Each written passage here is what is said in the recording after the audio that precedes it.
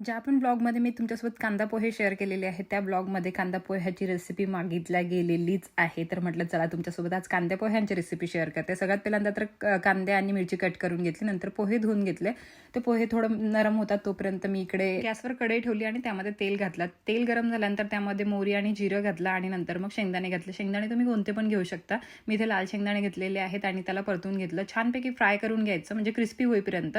नंतर मग आपण पोहे वगैरे पण घातल्यानंतर ते क्रिस्पीच लागतील छानपैकी. नंतर जर तुम्ही शेंगदाणे घालताना तर ते नंतर नरम लागतात शेंगदाणे, म्हणून मी आधीच घालते. नंतर कढीपत्ता, कांदा आणि मिरची घातली आणि त्याला सॉफ्ट होईपर्यंत हलवत राहिली. नंतर मग हळद घातली आणि आपले जे पोहे मी भिजवून ठेवले होते ते घातले. मीठ घातलं आणि परतवून घेतले छान. नंतर हलकीशी साखर घालायची वरून, त्यांनी खूप छान टेस्ट येते. आणि तुम्हाला हवं असलं तर तुम्ही निंबू पण पिळू शकता.